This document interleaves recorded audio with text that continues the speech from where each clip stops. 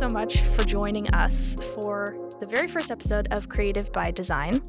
This is a podcast about a bunch of topics that my team and I are really passionate about because we, as young Christians and believers, people of faith, believe that we are created in God's image. And as such, He is the ultimate creator, which means that we are creative by design. And I'm so excited to welcome all of you who are listening. You may be Christian, you may not be. Whoever you are, I'm so excited to welcome you for this first episode, which I think is going to be really great because we're talking to Abner Campos. You are a pastor at, is it Volunteer Park? Yep, Volunteer Park SDA Church. SDA Church in Seattle. So the topic that we are talking about today, just for anyone who's listening, is the origins of creativity. Because I think if we're going to do a podcast about just the topic of creativity as a Christian or as a person of faith in general, it's important that we start with a good foundation. And I think the origins of creativity is a good place to start with that. And I know we've talked about this a little bit, but I think that for people who are our age and who are creatives and are Christians, we kind of think of God as the ultimate creator in the universe, you know, and humans are in Genesis, obviously. It's at like literally the first verse in the Bible, Genesis 1:1, is in the beginning, God created the heavens and the earth. And so he was a creator before he was anything else to us as humans. And we're told in Genesis that we're made in his image. And so as such, we believe that we're creative by nature and we have God's creative characteristics in us. I'm kind of just curious. I want to hear more about what your view on that whole like idea has been of that origin of creativity in humans. Sure. Yeah, no, it's a great question you all are pursuing. And I think what's helpful about it is that the Genesis story isn't just an engineer's version of the story. And I think there's a lot of engineers in your circle and space here on campus and beyond, yes. right? And they do a lot of great work. And yet the Genesis story is more than just ones and zeros. You read the story and it's not just like functional design. It's aesthetic and poetic, and there's like a dance and rhythm to the story. Yeah. And so it definitely broadens our view of what creativity is, like not just functional creativity, but aesthetic beauty. And so going to the Genesis story can do a lot for our own creativity. Right. And nature is such a good, like the creation and nature as a result of it is like the most perfect, close to perfect, I guess, in a sinful world example of creativity that we have. And you're right, it's not just like programming. I don't mean that in a derogatory way, but it's not just programming. It's like God, when he was creating us and this world that we live in, took time to make things beautiful. Like the things that we perceive them as beautiful. Just color, and I mean, even looking around the set, color and texture and shape and form and all of these things. It's incredible. And I think it's interesting that sometimes in the church, and I'm curious to hear what your experience is with this, we face like condemnation for pursuing creativity. Sometimes for me as a young person, it's usually been from older generations. Okay. But I just like, it's hard for me as a creative to look around and see so much beauty in the world and then understand where that stems from. Like, where does that condemnation or outlook kind of stem from? Yeah, I wonder if that felt experiences by creatives inside and outside the church. Just because I think the artist felt experience has always been a sort of like disenfranchisement or disconnection from society. It's kind of like it seems like it's possible that's like the artist's like Dilemma. dilemma, yeah, Yeah. deeply felt experience throughout history, whether it's like Van Gogh as kind of a madman or some of the great artists in the world whose great art isn't discovered till after their death because while they were alive, there was this sort of Hmm. isolation that they were experiencing. And so it would be awesome to see our churches facilitate more access to the artist's work. Hmm. But it does seem like there is an internal turmoil that artists face pretty often, Hmm. maybe because of the brokenness of the world. It maybe it feels like there's friction between the brokenness of the world and the beauty that they're trying to bring into it. Yeah, that's fair. And I think, um, I think something that I've thought about also is, I think creativity is a very vulnerable thing Mm. because it's so innate in us Mhm. as humans. And I think vulnerability can be scary. Mm. And coming at things, like when we're afraid of something, Mm. anything in life we can choose to approach from a place of fear Mm. or courage. And I wonder what your thoughts are on just like sometimes our church and probably Christians in general, but I can speak for Seventh-day Adventists, seem resistant to change often. And a lot of creativity is just change. Mm. It's just trying new things. And like that's a lot of what art is. Yeah. Yeah, that's true. I don't know. Yeah, your experience is probably, every person has their own experience Hmm. within the church and whatnot.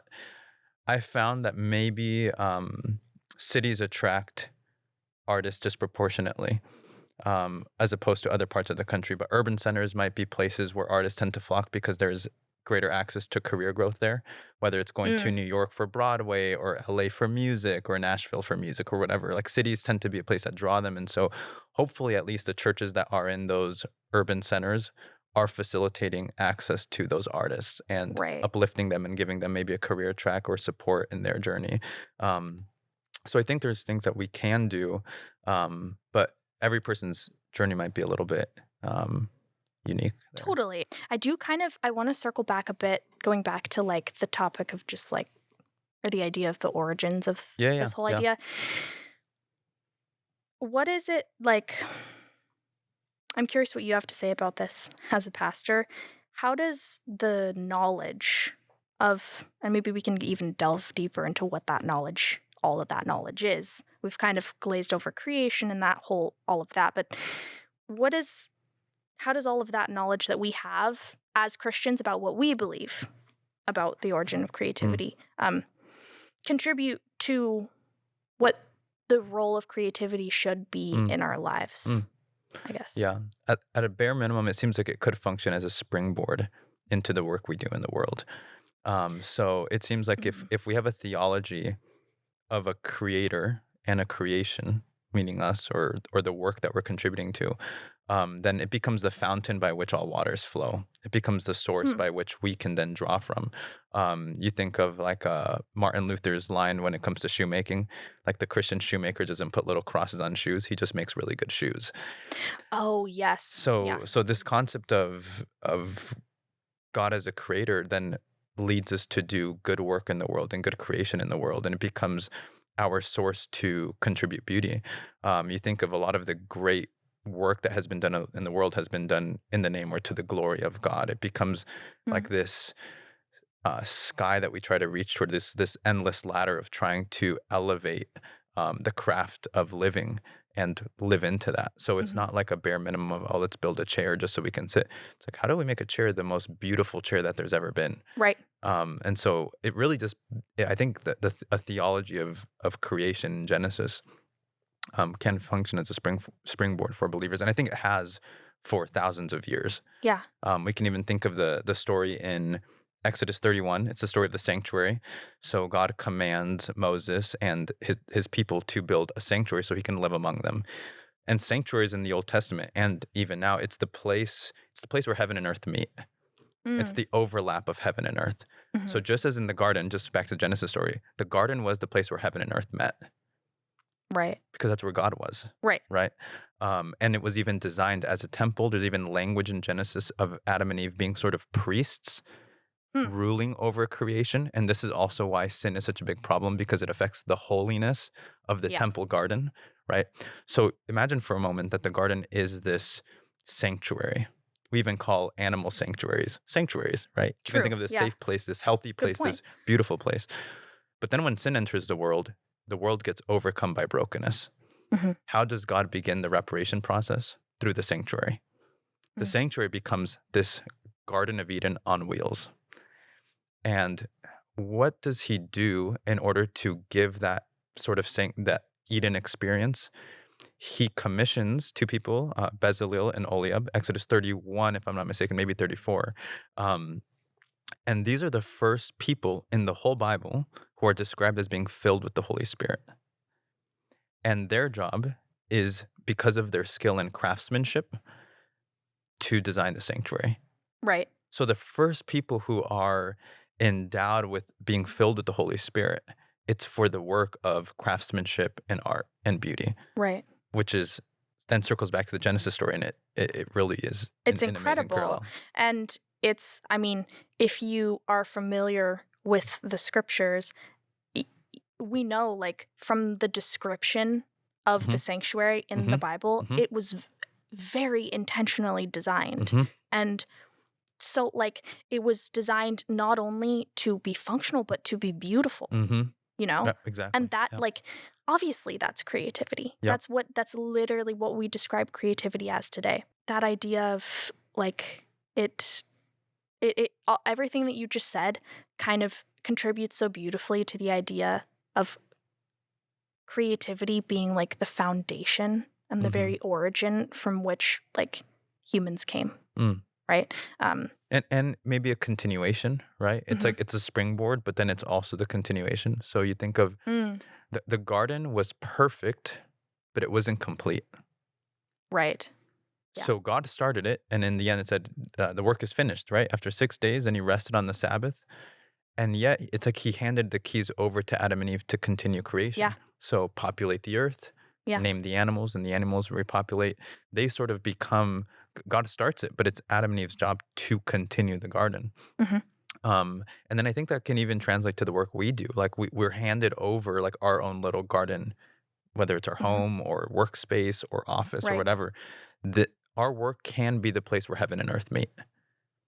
What would it look like if our crafts, and I don't mean like Hobby Lobby crafts, but Yeah. like the whether it's preaching or graphic design Anything or that we're plumbing, doing. whatever craft that is, how can that be the place where heaven and earth meet? Right. And if in actually looking at it from that lens, it's interesting because even people in life who would maybe venture to say that they're not creative or not Mm-hmm. doing creative things actually are by Mm-hmm. nature. Like, so much of life, even parts of life that we don't think of as creative, Mm-hmm.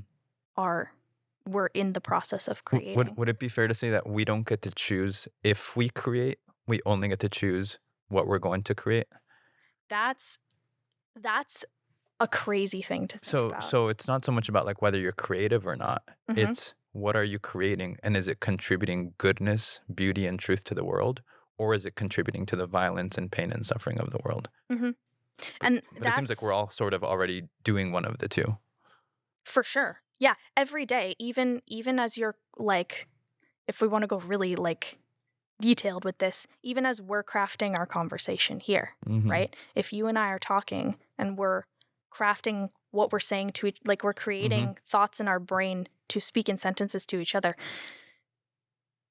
it's we have a choice always whether I'm going to, like, shoot your idea down and say no, Mm-hmm. or if I'm going to consider it and say, Mm-hmm. actually, that's a really good point, and I think this, and build on it, Yeah. even that itself is creating. Yeah. And I've never really thought, like, consciously about the idea that maybe as humans we don't have a choice whether or not to create. We are Yeah. always. Always creating. And so then it's a big deal, whether, because we can't stop. Mm-hmm. So then what are we going to do with it? Yeah. And that is another thing that I feel like, of course, in the church we should be putting, like, priority on the importance of knowing that origin Mm-hmm. and, like, knowing how big of a deal that is. Because if it's something that all humans do and Mm-hmm. none of us, under that logic, if all humans do it and none of us can get away from it, then we better be doing something good with it, Yeah. you know? I think it's interesting. I kind of want to go off that a little bit, that we had kind of discussed with all of that knowledge that we just went over. Then what is it that how do we make those decisions about where, like, that origin of our being? How do we make those decisions about what we use that for and what we Mm. do with it, and like that idea of Mhm. whether it's good or whether it's not. But Yeah. I want to expand on Yeah, that a yeah. little No, that's more. great. There's been a good amount of work done. I think Kevin Van Hooser's a theologian who brings up some of these points about missional living. We're talking about church, we're talking about creation, and we might summarize that as mission, right? Advancing God's work in the world. And he uses the metaphor of jazz or improv, and this could be helpful, I think, for what we're talking about. Like improv is this like dance between several people who are engaging in like a play, right? Mm-hmm.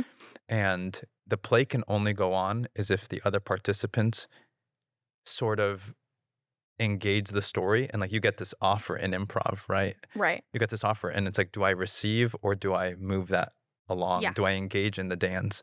Are we engaging in healthy relationships? Are we contributing to good relational life? Are we shutting down sin? Or which offers are we accepting or rejecting all the time? Hmm. I think the jazz metaphor can be helpful as well, because jazz players are people who know the music so well. Mm-hmm. And yet when it comes time for the song, they're not reading their music. They're Yeah. dancing with the other players, and they're Yeah. doing everything by memory. It becomes this song that's so embedded and baked into them that then they're living out in real time.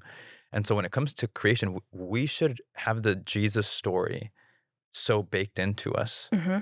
not just memorized like information, but internalized, practiced, woven into the way we live and think and relate to people, that when we do have a scenario at work that is maybe a little bit of an ethical dilemma, Mm. we've acquired the mindset of Jesus and the craft of how he saw the world, and we're able to engage those challenging situations. Mm-hmm. And it's not always easy, right? Like most of life is not black and white, but it's very gray.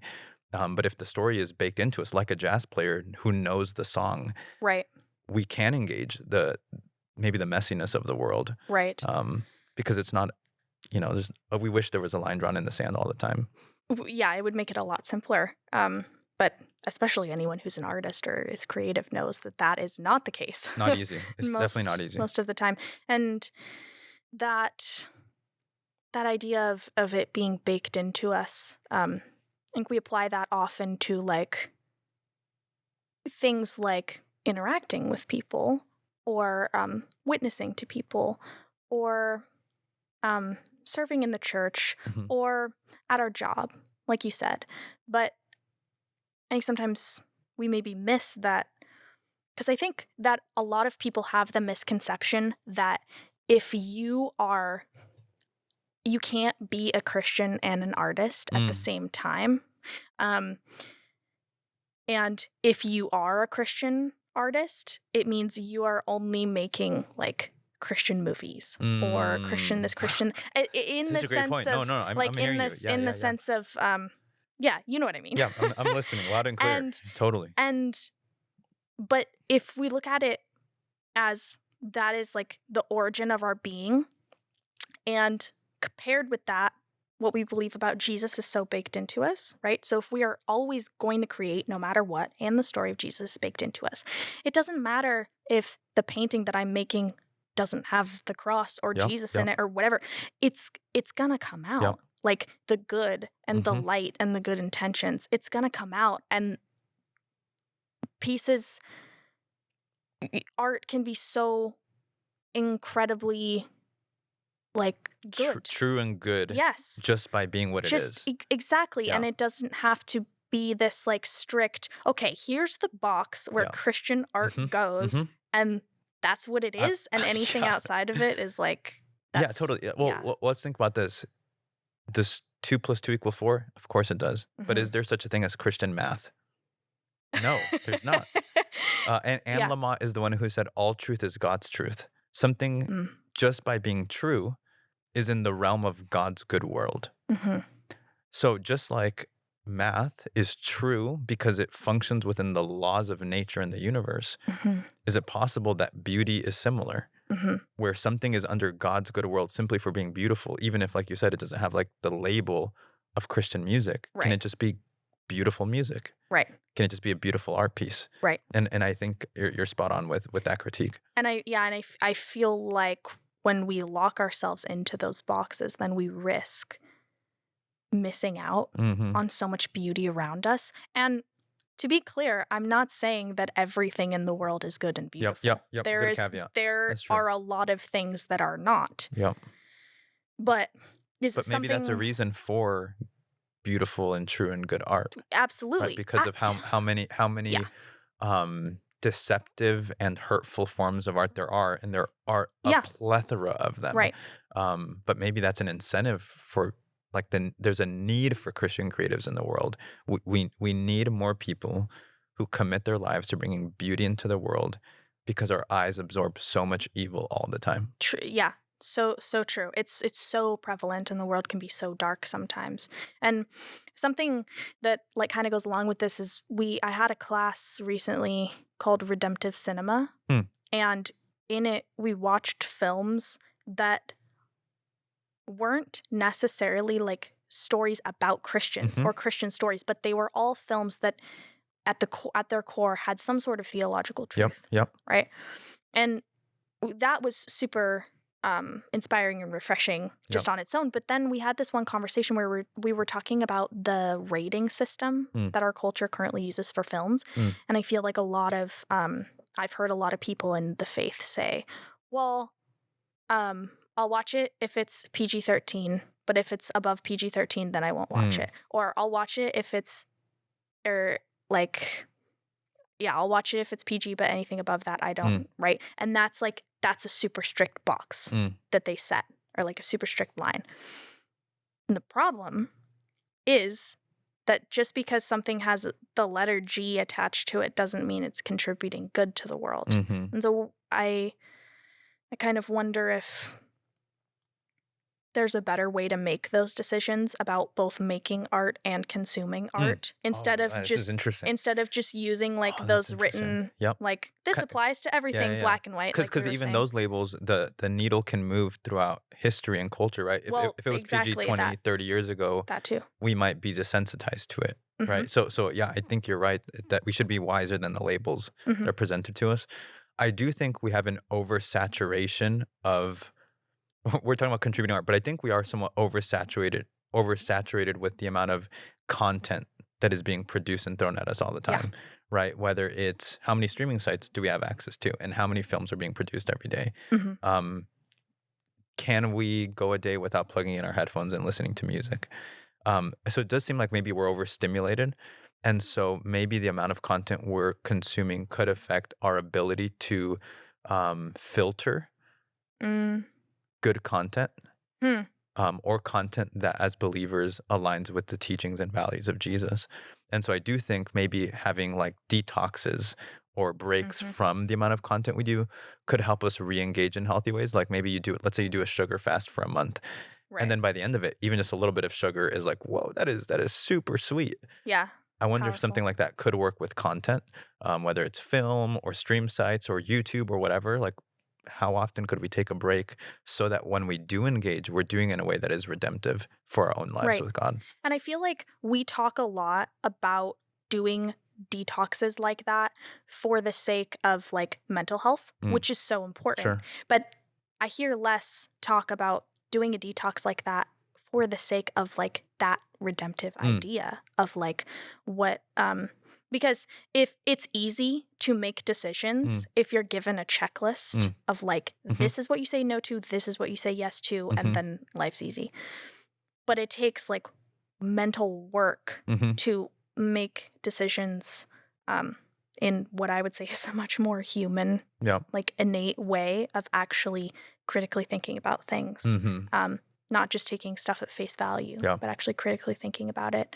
You mentioned something to me when we were talking a while ago about this line that people draw between the sacred and the secular. Yeah. And I was curious if you could just expand on that, because totally. I think it's really interesting. No, it's an important thing, I think, for us to talk about. especially in the Christian space, we have drawn these sort of categories that I think are like a post-enlightenment category of sacred and secular. This sort of idea that this song or this art piece is categorized as secular, and so as believers we should avoid it. And then this is sacred, let's say a hymn or something like that. Hmm. I get why people try to categorize it this way. Like it probably comes from a good place of wanting to filter out things that might not be good for us. Like Right. I get that. The problem with that is it doesn't come from the Bible. The Bible doesn't have these categories of sacred and secular. It does have the categories of sacred or holy and Hmm. profane. Profane is that which is rebellious or antagonistic towards God, like an Hmm. idol is profane, right? Adultery would be profane. These are things that are blatantly hurtful for relationships between us and God or us and people. Hmm. Like that is really bad. Profanity is terrible because it creates a barrier between us and God and us and people. But the sacred thing is really ambiguous. Like is a lamp sacred or secular? Right. Does it need to be patterned after like a certain era of history to be sacred, or can it just be a beautiful, unique, postmodern blue, yellow dotted lamp? Mm-hmm. And so I do think the sacred secular thing can't be that helpful, and I think it can actually be a barrier because it ends up being a cultural interpretive lens versus a biblical one. So maybe what was sacred and secular for our great grandparents is Right. different than what we would consider sacred or secular because they're Right. cultural categories, or we can even talk social constructs. But biblically, we don't see that. Hmm. So I think having a better interpretation of profanity, what is blatantly sinful, some Hmm. things are, and it's good to interpret it that way. But there are some things that don't have a morality attached to them. It's just a thing. It's just a thing. Yeah. What you do with it, how you engage with it, what it does to the world, and how is a Word document good or evil? It's a Word document. Just Right. like a blank piece of paper is a blank piece of paper. What you do with it is what shapes it toward becoming sacred and good for the world, or profane and hurtful to relationships. But it's not sacred or secular. Hmm. Absolutely. And that's kind of that. I'm so glad we had like a chance for you to expand on that, because that is how I personally feel about art, Mm. just like the concept of art in general. That it is not innately one way or the other. Mm. It's in what the human behind it chooses to do with Mm. it. And I think sometimes I just see people, like I've said so many times, make blanket statements and write things off. Mm. And I kind of wonder, like with everything we've been talking about, if a large portion of the pain that comes from that comes from the fact that it's so ingrained in me as a human. Mm. It's the origin of my Mm. very being. Mm. I was created in the image Mhm. of a creative God. Mm. And so I am by nature a creative. Mm. And when obviously, as living in a sinful world as a human, you get hurt by people. And when someone attacks that, Mm. it's like, I think that might be why artists are so passionate Yeah. sometimes about this topic of like facing backlash, because it's such but that should be proof that Vulnerable. it's such an Yeah. ingrained part of you. Yeah. Like, Well, let's maybe if we don't mind, if you don't mind going there a little bit more, because I think that's an important experience that artists feel, Mhm. right? That vulnerability of putting themselves out there or trying to express that. I do think Christians have a unique resource that we need to make sure we're tapping into as believers, and that is our identity in Christ. And that might be a cliche in many circles, but what I mean by that is whether your art makes it to the Met in New York, Mm. or it makes it to the Seattle Art Museum, or whether it makes it to your church, or whether it gets rejected by all three, you are still loved and valued by God. And that's thrown out so often that it's easy to dismiss it. Yeah. But that becomes the rock on which you can produce art freely. You have freedom to create art, whether it's accepted or not. Mhm. Whereas if you are at the mercy of people's acceptance or rejection, you're actually going to end up making art that you think will get accepted. Yeah. You're actually a slave to what people will say about your Which art. isn't authentic. it's not authentic, it's not good for you, it's not good for them, it's maybe gonna become a replica of someone else's art. So, Mhm. actually, if we don't have an identity of God framework and theology, we're gonna end up creating art that isn't true to us, it's not true to God, it might be a replica, and we're gonna be a slave to it.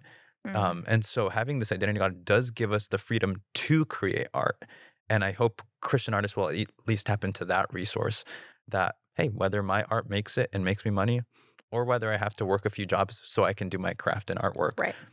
I'm still loved by God. Yeah. I'm not doing it to get praise. I'm not doing it to get affirmed, but I'm doing it because I'm already affirmed by God.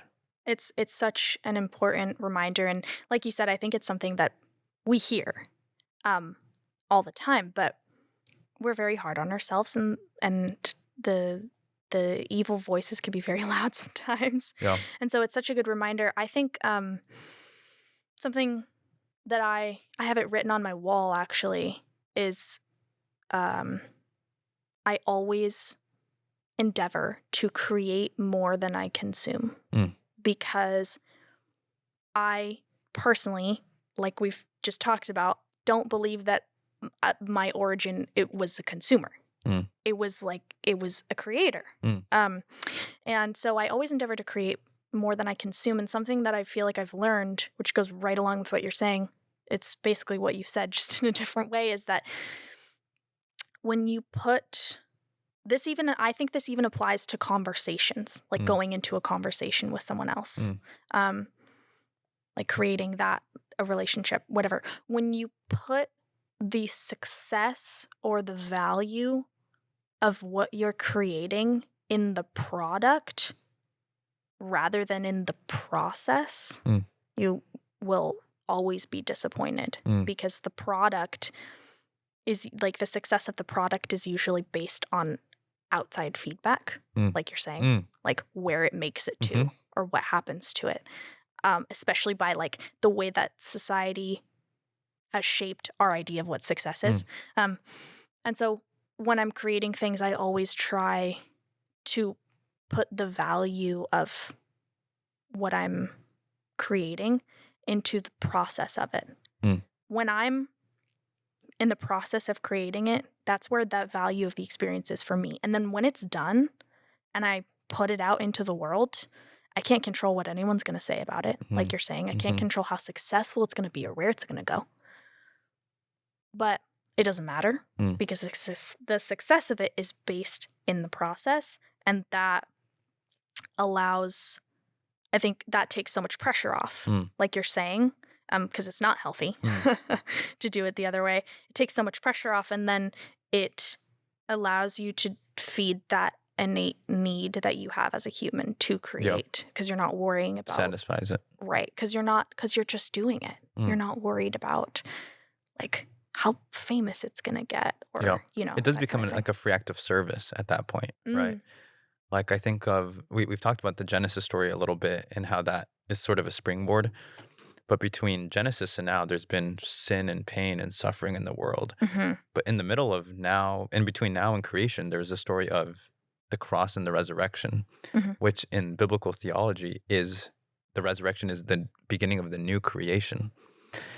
And the new creation means that everything between the cross of Christ and the resurrection up until Christ's second coming, every time we create, we're creating sort of a signpost of the new creation that's coming. So this becomes like a sign on the way. Because some people might say, the world is going to hell in a handbasket. Why even do good in the world? Why Yeah, not just let the world get destroyed? Why even work hard? Like, gonna get a new nothing body anyway. matters. Nothing Yeah. matters. But if anything, the resurrection doesn't allow us to hold that view. The resurrection says is that because Christ rose from the grave and because we're now people of the new creation, every time we create as an act of service to the world, we're putting like a signpost pointing to the full new creation. We're giving them like a foretaste. It's like when you get like a little bit of you smell the cookies in the kitchen. It's the hmm smell that draws you to the kitchen. hmm Every time you create something beautiful as an act of service and love to the world, you're giving them that aroma that will draw them to the full new creation. Right. And imagine if we were using that to its full potential. I mean, because it's so it's so potent already, Mm, even with like little bit that we have, but imagine if we were like using that to its full potential and truly devoting all of that energy to creating, not for the purpose of personal gain, but for the purpose of just creating, because the creation itself is that success. It is that signpost. Well, I would say there's two extremes I think we're seeing around us all the time. One extreme is the everything's going to hell in a handbasket, that we don't care about creation. That's one camp, right? Right. That's the camp that says don't do good, or it doesn't matter if you do good or not. Take care of your body, or take care of the planet, or whatever. Like, it doesn't really matter. That's one extreme. The other extreme is almost like an over adoration of creation. Like this becomes a form of like soft paganism, and I think that that's something like making creation for the sake of creation, not making creation for the sake of the creator. Yeah, that's a super important distinction. Which I think we should distinguish. So we're not trying to fall into either extreme, whether it's like the soft paganism of like obsession over the tree, or the other extreme of the tree doesn't matter. It's anything. It's something completely different. It's creating good in the world to the glory of God and as a signpost of the age to come. Right. And which I think is a motivation. Absolutely, especially like as someone who I consider myself an artist, a creative, and also consider myself a person of faith. That's like, you combine those two, that's like the biggest motivation, I think, to create. And that idea of like avoiding the two extremes, I think applies to like us making art, but also us as artists, right? Because the one extreme is art doesn't matter, and so I'm not going to do it because like, what is the point? And on and on. And then the other extreme is like your entire identity and being is in, I am an artist and I make art, and becomes finding, an identity, like a false identity, right? Or Exactly. a fading one. But finding that middle ground of not, I am an artist and I make art and that's what makes me valuable, but I am valuable because I was created by the greatest artist, and because I was created by him, I can then create. Yes. Yeah. Exactly. So let me ask you this: how do you see yourself as a person of faith and art, and an artist in the local church? Like, how do you see that playing out? Like tangibly? Sure. Like, that's an interesting question. I think something that I am like actually struggle with, which I think could maybe hit home for some people, is just a sense of control, wanting too much control and worrying about like that. From the local church side. Right. Like, for example, if I'm going to use my talent, like if I'm talented musically, I'm going to use that talent to contribute creatively to whatever the church is doing. It's so easy to get wrapped up in like worrying about, am I sounding perfect? Am I doing perfect? Like, which is putting the success in the product, not in the process. Sure. But as far as how I see that, I think it just goes back to that belief and that just peace that's found in, you don't have to know all the right answers and all the wrong. Like, you don't have to know what's right and wrong all the time. You're not going to. You're a human. You're not all-knowing. You're going to mess up. But if you're basing your decisions on how you're creating and what you're contributing to the world, just from the simple place of, do I want to do good in the world or do I want to do evil, right? And if you can honestly answer that question of, yes, I want to do good as your motivation, whatever you create with that motivation is going to be for the glory of God, I think. And so for me, trying to remind myself of that and keep that at the core. And obviously we as humans, like, I'm not expecting anyone to know the answer concrete, sure. But what do you think, like, why do you think God created in the first place? Yeah, great question. Yeah. I think the cornerstone text for all of Scripture, or when doing Bible studies, I'll describe it as like the center for the spokes on the wheel, right? So the center part of a tire, and then you have the spokes. The center part for that we have in the Bible is God is love. God is a relational being, which in Christian theology we call the Trinity, Father, Son, Holy Spirit, that for eternity have been in this dance of love and relationship and sacrifice and service. And it appears that God's primary motivation in the world is to multiply love. Love is not a singular thing, it's always giving. Hmm. And it appears that God's creation was an overflow or an act of his inner nature of loving. Hmm. And so maybe like my wife and I, for example, are expecting our first baby this August. Oh, So we're very excited about congratulations. that. Thank you. We're excited, and we're excited to have one more to love. Yeah. Creating this baby was just a production of the love that we have for each other. Hmm. And it appears that God creating Adam and Eve came from that eternal dance of Mm. Father, Son, and Holy Spirit. And I think we could add the other celestial beings to Hmm. God's love, more to love. Right. And it's interesting, like, again, because we're talking here about that we believe, like, creativity is at the core of who we are as humans. If the basis of that action of creativity was love, I mean, how could that be bad? Obviously, in a sinful world, anything can sure. be twisted and turned, but how? Yeah. How could that be bad? Yeah, that's a good point. You know? I would say that maybe that is the hard plot of the artist, is to continue to produce out of love and to become a loving person Hmm. in the midst of the process of production, Yeah. right? And when in the the midst rejection of comes, or the mess the mess that of the this all world, is. or yeah, all of that. So to commit to the long journey of becoming a person of love is the hardest part. Hmm. I think this can go for any task, whether it's pastoral ministry or a business CEO or anyone in between. To not become jaded and to Yeah. become a loving person, that is the hardest thing in the world. Like, that is the purpose of what the Bible calls sanctification, or the process of being formed into Christ likeness. Hmm. The whole purpose of that is to become a person of love. And so a challenge I would have for artists listening is to become the kind of artist who doesn't let art or the process stifle their maturation into people of love. Right. And instead feed into it and contribute to it, maybe we would even say. Yeah, totally. Yeah.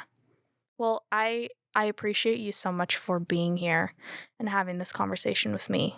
It was a personal blessing, obviously, but it's such an important one as well, I think, to have. And part of the reason that which we've talked about a lot, that we started this whole podcast in the beginning, is because sometimes some of these struggles can feel a little bit isolating or lonely when you're not talking to other people about them. But then when you hear others' dialogue, you realize that for a lot of things, everyone's kind of going through the same thing, you know? Yeah. And I would say what you have felt with maybe the challenges of local church, I'm sure a lot of people resonate with that. Like that is really hard. I will tell you this, local churches are in desperate need of artists. And we need people who are bent in the direction of culture making, bringing beauty into the world. We're in desperate need of that. And I hope that when you graduate and leave here, you'll find a community that is excited for you to jump on the mission that the church has and to contribute beauty into the world. Yeah, I appreciate that. And I also am grateful that you have consciously made the point that there's a place for artists in the church. Creativity, like we've said, is at the core of who we are. And there is a place for that in the church. And there may be people that we face now and then that will say otherwise. But there are people out there. There are communities out there that share that view.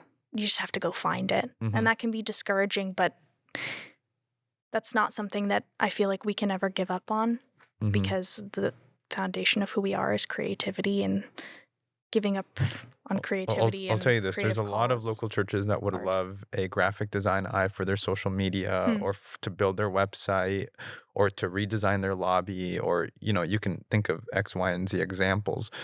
Many churches are almost, I would say, itching for new volunteers to plug in and help with that mission. And so courage to you and your friends and the artists that will be listening, because I think there's a desperate need and a desire Yeah. for your team and your vision. Yeah. Absolutely. Well, yeah, thank you so much for mentioning that. And thank you for being here and talking and having this great conversation. Like I said, I think it's a really important one. And so I'm just grateful that we could sit down and Yeah. have it. Yeah. Thank you.